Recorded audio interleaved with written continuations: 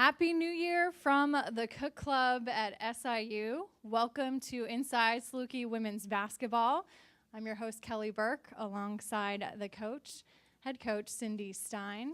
Thank you to all of you who are here joining us for lunch as we recorded this program earlier today. And hello to all of you listening on 105.1 VZA. Coach, Happy New Year.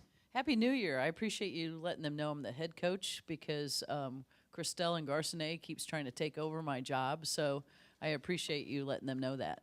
No problem. We'll be on the lookout for her. Coach, you sit at 7-6, 1-1 right now in conference.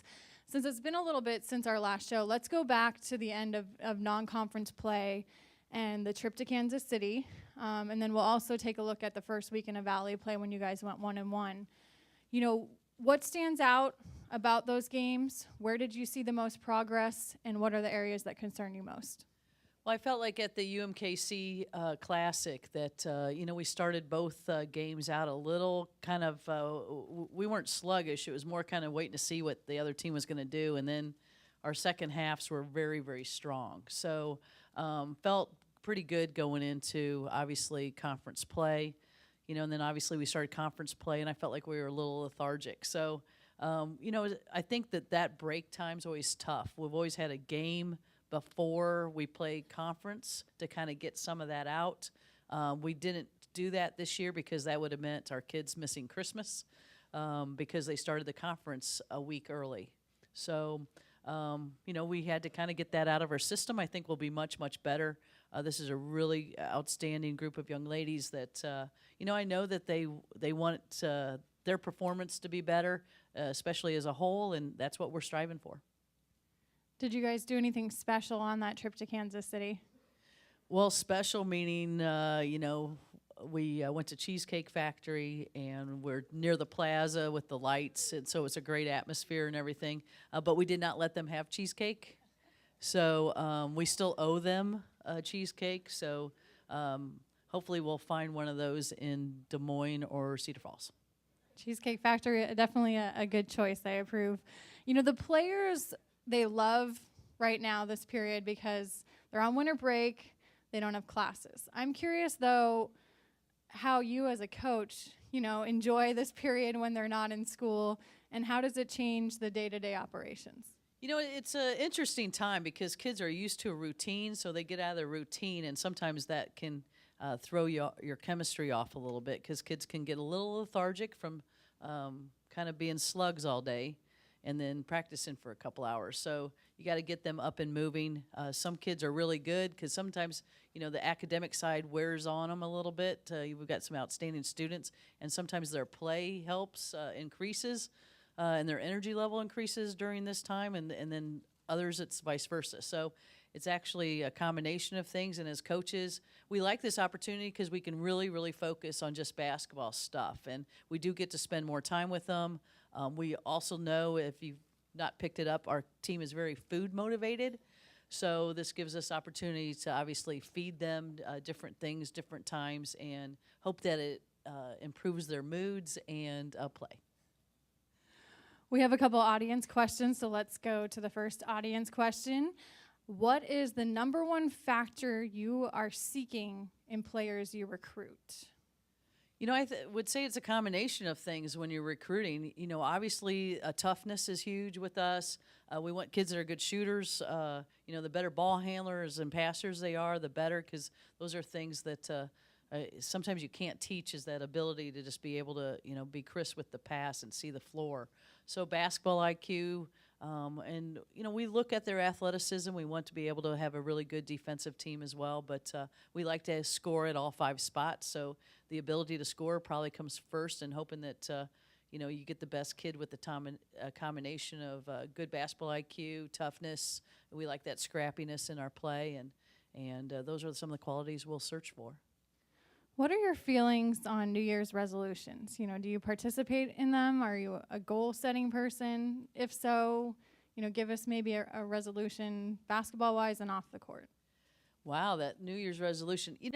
I'm probably one of those people more that I look at how I need to be throughout the year versus just I'm going to make this claim, because obviously I'm more in tune to our basketball than what I'm doing personally. So, I'm fat, so obviously I'd like to lose a little lbs. But again, I'm food motivated. The kids are a lot like their coach. So, those are one of those things that, exercise is always important. All those kind of good qualities everybody should be doing. I don't do them, but I will try. At least you're honest about it, though, right? Let's go to another audience question. This is from Jack Wistman. All things being equal, which defensive alignment do you prefer playing? Zone or man-to-man? Or in this case, he wrote woman-to-woman. Why? Well, I don't like zone, so I obviously, I like us to play, whether you call it man-to-man, woman-to-woman, person-to-person, depending on Title IX and what you want to do, any feminist in here. But, we like to play man-to-man defense and put a lot of pressure on. We like to change it up. We'll throw zone in there. And I'm not against zone. I just really feel like if you're going to be a strong team, it's really hard to be a zone team and take away the three-point shot.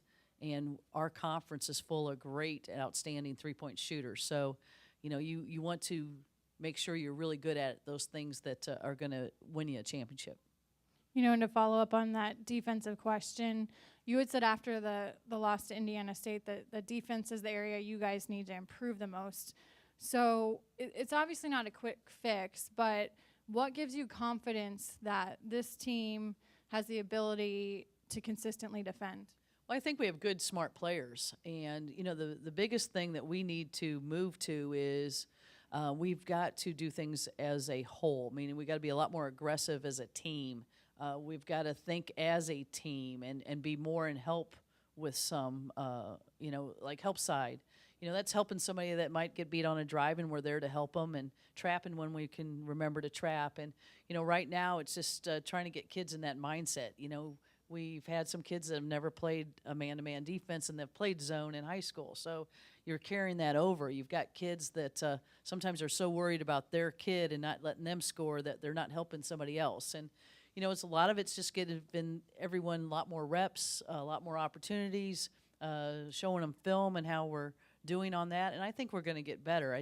This weekend to me was a fluke. We didn't play with the energy we usually play with. And I think that we're all disappointed. The players are disappointed. I'm disappointed. And so now that's our main focus, is just making sure we're playing with the energy that we need to play with that's going to put us in a position to win. Well, we'll hear more from Coach Styne coming up. But first, next, SIU senior Carly Corrigan. You're listening to Inside Saluki Women's Basketball from Learfield.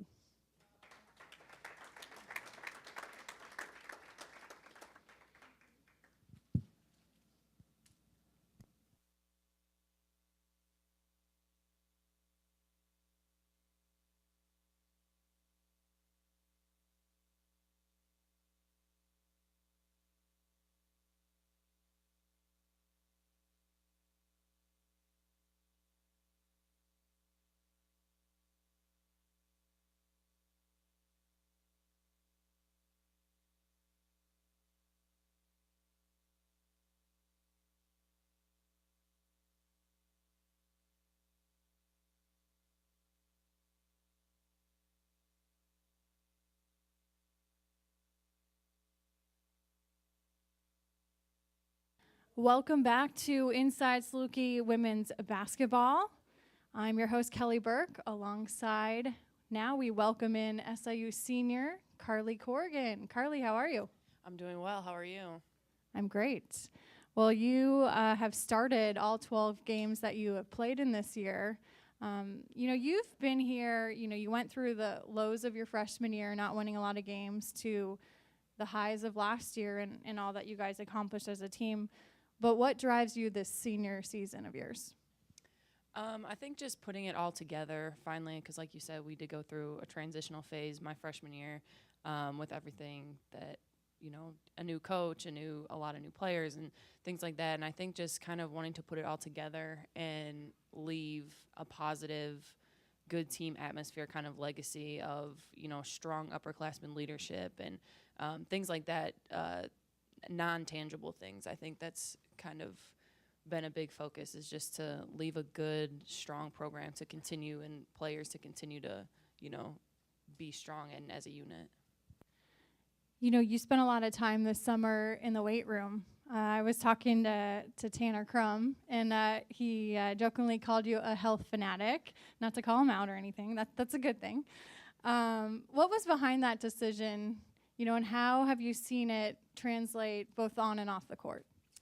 I definitely think that it was just self-motivation. I mean, my freshman year, I was not in the best shape of my life. I would like to think that probably this summer I was in the best shape of my career as an athlete, definitely. That decision really just came down to what was going to be best for me as an athlete, and I kind of realized how much sleep, what I needed to eat, what kind of foods I should eat, should not eat, when should I eat them, when should I not, related to practice and workouts and conditioning, and really just figuring out what was right for my body. Everybody's different. Some people are freak of athletes and can eat whatever they want and do whatever they want, and that's just not my case. So I really kind of just did a lot of self-experimenting of what made me feel the best, and I did spend a lot of time in the weight room, but that's just partially me as a person. I enjoy that, working out and exercising. So I think that it was just figuring out what was best for me. You recently took up a new hobby of reading. We were talking about what inspired that, and share with us, maybe a book that you've read or in the middle of reading right now. The inspiration, I think, just came from being sick of watching Netflix in my free time. Being a college athlete, when you have free time, you wanna do something that's gonna relax you, and try to not let that be eating or just laying around. So I thought that maybe something mentally stimulating would be good, especially during the time where we don't have schoolwork to do. That might change when classes start. I may not want to read as much, but right now I'm reading Pat Summitt's first book, Reach for the Summit, and I'm pretty excited about it just because she's an amazing coach. She left a great legacy at Tennessee, and that's kind of where it started. So, very nice. As a senior now, you guys have a youthful roster too, so you're doing a lot of teaching. But how do you convey, to some of these young players the sense of urgency that you have, because you're a senior? It's definitely taken some time. I think especially most of my teammates would agree. I have a borderline intense personality, but I think that just understanding that this is a different level and just continuing to do things by example is the best way to really convey that, because a lot of times, what you say and, what you do can be different, or they can be, too much alike, but really just how you act and your intensity overall of all aspects of your life, and just not in basketball, to kind of get that success going across the board. Like Kim Nebo's very intense about her schoolwork. Kylie's the same way. Things like that, just examples of all of us that have our strengths as a team. Well, speaking of Kim Nebo, she's one of your closest friends on this team of yours. You two spent a lot of time together this summer and traveled. And so tell me a little bit about the road trips you took and what that adventure was like. It's always an adventure, because you never know what's going to come through the aux cord when it's Nebo. So, but, we just like to travel a lot, and I think that it's good. It gives us something to do. It's nothing crazy, I think probably my favorite traveling we did was to Atlanta this summer for the 4th of July. We went to visit my cousin, and we went on a float trip down the famous Chattahoochee River. It's just for it was like 4 or 5 hours. And if you know Kim Nebo, she can't swim. So it was very interesting. It was a little nerve-wracking at first, but she could touch the whole time, so it was fine. But I got super sunburned, and she didn't drown, so it was pretty successful. And real quick, because we need to go to break, what were some of the other places you guys visited? We went to Sonoma, California, and Nashville, Tennessee, and Chicago. Perfect. Well, thank you for joining us. Good luck on your road trip coming up this weekend. And coming up next, we'll return to visiting with Coach Cindy Styne. You have been listening to Inside Saluki Women's Basketball from Learfield. Thank you.